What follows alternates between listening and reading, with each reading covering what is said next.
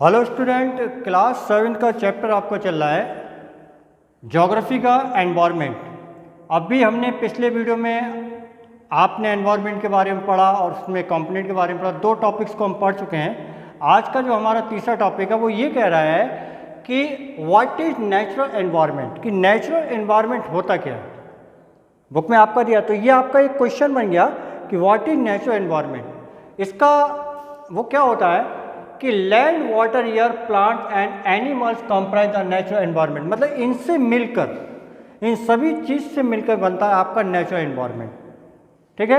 अब इसमें क्या है कि नेचुरल एनवायरनमेंट के भी पार्ट होते हैं।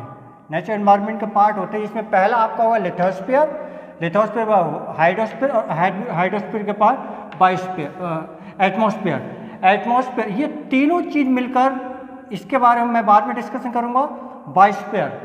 ठीक है। अब यहाँ पे बात आई कि लिथोस्फीयर क्या होता है। लिथोस्फीयर बोल रहा है कि solid crust on the hard top layer in the earth. जो पृथ्वी के ऊपर सबसे सॉलिड जो ठोस लेयर होती है उसी को हम लिथोस्फीयर कहते हैं। Made of the rocks and minerals and covered by the layer of the soil. मतलब ये जो चीज़ है, ये दोनों चीज़ रॉक्स, मिनरल्स और ये जो आपका ढका होता है किससे, मिट्टी से, ये मिट्टी से आपका कवर रहता है। फिर बात आई lithosphere consist of the landform such as mountain, plateau, plains, valley etcetera. Lithosphere पर आपके माउंटेन भी हैं, पठार भी हैं, प्लेन्स भी हैं। ये सारी की सारी चीज़ें कहाँ पर मिलती है हमें, लिथोस्फीयर पे।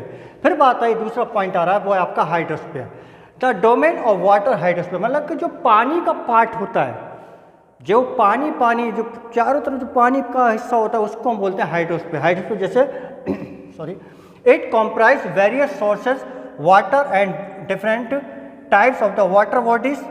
एग्जाम्पल जैसे कि इसमें क्या क्या आएगा, कह रहा है it comprise various sources of water. कई सोर्सेज हो सकते हैं, जैसे क्या है, रिवर, लेक्स, सीज, ओशियन। मतलब ये सब क्या है, ये आपका आया किसमें, हाइड्रोस्फीयर में। फिर बात आई it is the essential of all living organism. मतलब ये जो पानी है, जैसे हमने क्या बताया, पानी हमारा सबसे मेन जीवन है। ठीक है। कह रहा है it is essential for the all living, जिनके अंदर मतलब जीवन का, जीने का सबसे बड़ा जो साधन है वो क्या है आपका, वाटर। तो वो किस में आएगा, हाइड्रोस्फीयर में। तीसरा आपका आता है वो आता है एटमॉस्फेयर। एटमॉस्फेयर क्या कह रहा है, the thin layer of the air surrounding the atmosphere known as the atmosphere. इसमें क्या है, थिन लेयर, जो पतली सी लेयर है और जो एयर से चारों सराउंडिंग, उसको हम क्या बोलते हैं, एटमॉस्फेयर। फिर आया it protect us from the harmful rays and scorching heat and sun. जो आपका एटमॉस्फेयर होता है ना, जो सूरज की जो गर्म जैसे होता है ना, सनरेज, सूरज की किरणें जो गर्म होती है उससे हमें बचाती है। जैसे हमारे पृथ्वी और आकाश के बीच में ओजोन परत है, तो सारा का सारा ये कहाँ मिलता है आपका, एटमॉस्फेयर में।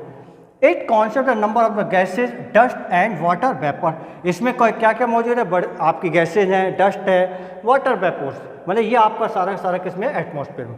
Change in the atmosphere, change in weather and atmosphere में क्या है, मौसम भी चेंज होता है, क्लाइमेट, जलवायु भी चेंज होता है। तो ये सारी की सारी किसमें। अब देखो हमने क्या करा, लिथोस्फीयर, हाइड्रोस्फीयर, एटमॉस्फेयर, इन सब से मिलकर आपके बुक में डायग्राम दिया है। जैसे हम इसको ये मान लेते हैं, ये हमारा डायग्राम है। ठीक है, ये डायग्राम है, ये आपका माउंटेन हो गया।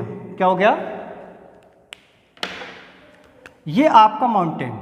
तो ये किस में आ गया, हमने बताया ना माउंटेन किस में है, लिथोस्फीयर में। फिर बात आई आपका रिवर्स, ये किस में हो गया, ये आपका किस में है, लिथोस्फीयर। माउंटेन किस में आ गया, लिथोस्फीयर। क्लियर। और लेक्स किस में आ गई, हाइड्रोस्फीयर। किस में, हाइड्रोस्फीयर। फिर इसके बाद एटमॉस्फेयर, जो आपका है ना सन वगैरह, जैसे बताया ना सन क्या आ रहा है, सन रेज। तो जैसे आपका सन है तो ये किस में आ गया, एटमॉस्फेयर। इन सबसे मिलकर वो क्या बनता है आपका, वो बनता है बायोस्फीयर। बात समझ में आ गई, इन तीनों से मिलकर क्या बनता है, बायोस्फीयर। तो यहाँ पर आपके बुक में एक डायग्राम भी दिया है बायोस्फीयर का, वो आपको डायग्राम मैंने, हमें कई क्वेश्चन भी इस टॉपिक में मिल गए। पहला हमें मिल गया कि what is the natural environment. अगर आप देखना चाहते हैं एक क्वेश्चन ये मिलता है, हम कहते हैं what do mean by the lithosphere, lithosphere क्या होता है। तो इस टॉपिक के अंदर कई क्वेश्चन हैं जिनको आपको करना भी है, और उसमें बुक में जो डायग्राम है वो भी आपको बनाना। इस प्रकार से आज का ये वाला जो टॉपिक है वो क्लोज होता है। नेक्स्ट टॉपिक में हम मिलेंगे आपके इकोसिस्टम के साथ।